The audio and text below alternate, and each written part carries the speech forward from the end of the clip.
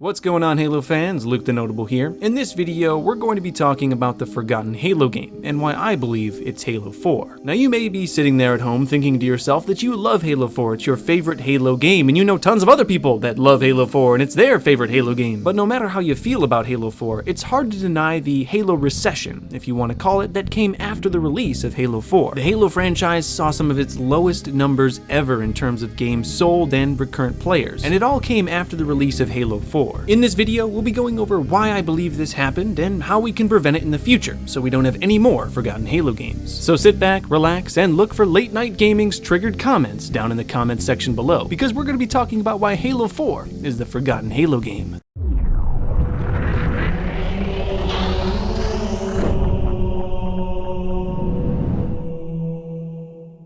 To start this video, we first have to give some background and what ultimately led to Halo 4 becoming the forgotten Halo game. The original trilogy of Halos all played fairly similarly. Sure, there were some differences, like grenades for instance. Grenades in Halo Combat Evolved exploded with the force of 1,000 suns, and you could carry up to 8 at a time. With Halo 2, we learned our lesson a bit, and grenades became vastly weaker, but you could still carry 8 of them, so grenade spam wasn't really helped at all. And then Halo 3 was the first Halo that decided to limit our total amount of grenades that we could carry. I get it, we're a super soldier, but we don't need 8 grenades at all times. Well, technically you could carry 8 grenades, but only if you had fire grenades, which were only in the campaign. I never understood why the fire grenades were only available in the campaign. I love using fire. Getting the flamethrower on the map Citadel is one of the best experiences there is. Not that I'm saying the flamethrower is a good weapon though. You move far too slow and the flamethrower doesn't shoot far enough. However, if you can kill someone with it, it's very cool. Or is it actually very hot? Yeah, I'll show myself out. All I'm saying is that it's fun to light your friends on fire, and Halo 3 could have given us a few more options to do just that. But that's not the point of this video. No matter how you look at them, the first 3 Halo games played fairly similarly. The one thing that each of the first 3 Halo games in the original trilogy have in common is their fair starts. And what I mean by fair starts is that at the start of the game, no matter which team you're on, you will always start with the exact same loadout and weapons as your opponent. This ensures that there is no question as to who is the better player at the end of the match. Fair starts is something that no other shooter has really been able to do as well as Halo. In Halo, you start with the same weapons every single game, but you can play thousands of matches all of the time because, well, the gameplay's so interesting. Imagine for a second that you have massive amounts of brain damage and want to play the game Call of Duty. Now also imagine that every single match in Call of Duty you have to use the M16, and that's it. Not only that, but everyone around you is also using the M16.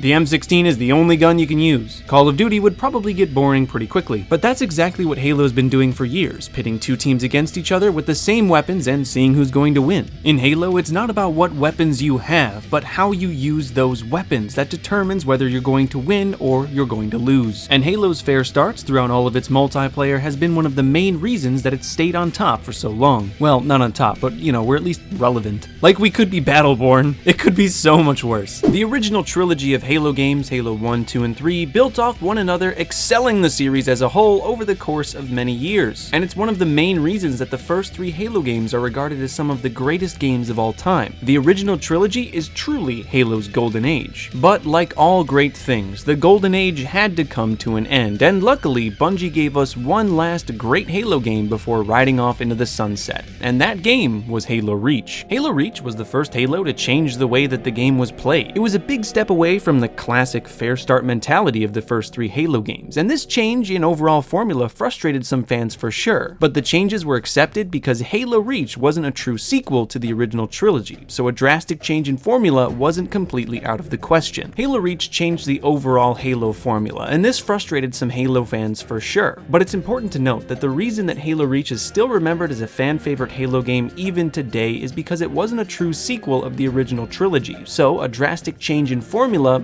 wasn't that bad. But now we've come to Halo 4, and you already know that Halo 4 is the forgotten Halo game. Let's give some background first. From a gameplay perspective, Halo 4 built off Halo Reach, implementing armor abilities and sprint. 343 Industries, the creators of Halo 4, wanted to make sure that the fans knew that Halo 4 was the beginning of a new trilogy. Halos 1, 2, and 3 are part of the original Halo trilogy. Some people refer to this as the Bungie trilogy. Halos 4, 5, and eventually Halo 6 are part of the Reclaimer saga. And Halo 4, being the first game in the Reclaimer saga, showed us that Halo was going to change forever. And we knew Halo was going to change forever not only from a gameplay perspective. Sure, Halo 4 plays vastly differently from Halo 1, 2, and 3. It plays much closer to Halo Reach. But from a story aspect, Halo 4 started to answer a lot more questions than we got in the past. Halo 4 was the first Halo game to give us a lot more of a narrative. Characters around the Chief spent a lot more time talking, even the Chief himself. In the first 3 Halo games, there isn't really much to the Master Chief. Sure, he has some lines, but most of them involve killing or shooting or exploding.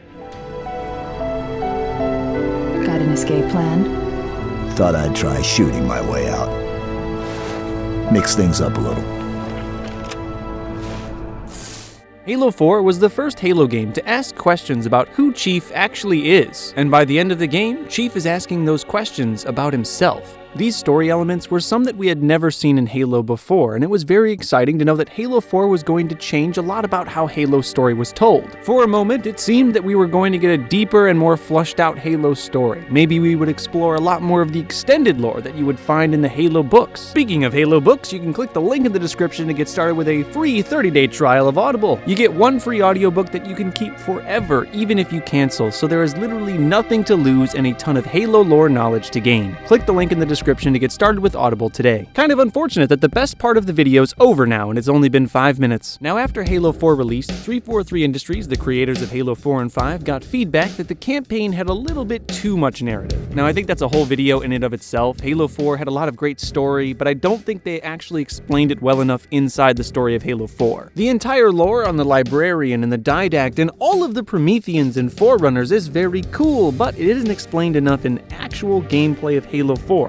Instead of actually explaining what happened in Halo 4, like playing through the game, you had to read outside source material. And I know I just got done talking about Audible and audiobooks and all of the Halo extended lore that's available out there, and I think it's really cool, but I don't necessarily think that you should skimp on a story because you have all of this outside lore knowledge. Nevertheless, because of this feedback, 343 Industries decided to gut pretty much everything about Halo 4 when they were designing Halo 5. Halo 5 is actually the reason why Halo 4 is the forgotten Halo game. The differences between Halo 4 and Halo 5 are stark. Sure, in Halo 5 you can sprint and you have armor abilities like Thruster Pack, but everyone has the same abilities at the start of a match, and that makes all the difference with Halo 5. And like I said earlier, from a story perspective, Halo 5 is much simpler. And these drastic changes between Halo 4 and Halo 5 have left Halo 4 in the dust, truly making it the forgotten Halo game. In 2010, when Halo Reach drastically changed the Halo formula, it was okay, and it's still remembered as a great Halo game because it wasn't a true sequel of the original trilogy, and it is vastly different from a gameplay and also a campaign story perspective. Remember that whole thing at the end of Halo 4 about Master Chief being a machine?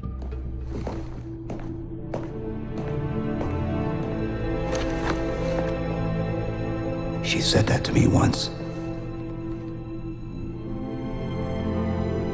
About being a machine.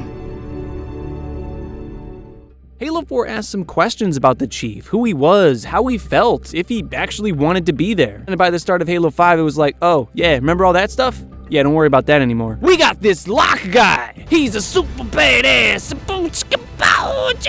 I think Halo 4 will be the first Halo game where we as a community don't really put it on a high pedestal. The original Bungie trilogy and Halo Reach are remembered as some of the greatest Halo games of all time, maybe even some of the greatest games of all time. But I think because of the unfortunate events of Halo 4 and how it was treated with Halo 5, it will be the first Halo game that we sort of don't remember. And I don't want to make anyone upset. If you like Halo 4, then you like Halo 4. That's your own opinion. But the main reason I wanted to do this video and go through this whole explanation of why Halo 4 is the forgotten Halo game is I think this could happen again. Obviously, Halo 5 has gotten a lot of bad feedback for its campaign, and there are a lot of people out there that don't like how the multiplayer feels in general. There's a large group of Halo fans that want the classic Halo to return. And while I personally think gameplay-wise, Halo 6 will be pretty similar to Halo 5, I have no idea what's going to happen in its story. Halo 4 and Halo 5 are two Halo campaigns that aren't really that good together. They're not even really that good separately. With the state of Halo 4 and Halo 5's campaign and the overall state of the Reclaimer saga, it's going to be very difficult for 343 Industries to tie off this Reclaimer saga nicely with Halo 6. There's just too many different elements going into this final trilogy. All of the exposition of Halo 4, Fireteam Osiris and Blue Team in Halo 5. I have no idea how they're going to tie it off with a nice little bow in the length that a Halo campaign is. And unfortunately, if Halo 6 becomes another forgotten Halo game, then Halo is definitely in trouble. Ultimately, it's 343 that have dug themselves in this hole, and hopefully they can get themselves out. I wish the best for them, and I hope that Halo 6 is as good as it possibly can be. I know I gave them a lot of crap in this video, but I do think that they care, I know that they listen, and they want to make Halo better. Hopefully, 343 Industries have assembled a team that together can get it done. Let me know what you would like to see in Halo 6 down in the comments section below. Tell me what you want in the game. As we get closer and closer to E3 2018, which is going to be in June, I think the Halo 6 hype is building a bit. I think we're hoping something is released there, and I'm going to be covering Halo 6 a little bit more. But I also do tons of other Halo content that you will definitely enjoy, so if you've never seen me before or you're not subscribed, make sure to hit the LTN logo in the left to subscribe now. And if you click the video link on the right, you can find out about the tragedy of Helios Grill. My name's Luke the Notable. I want all of you to stay notable,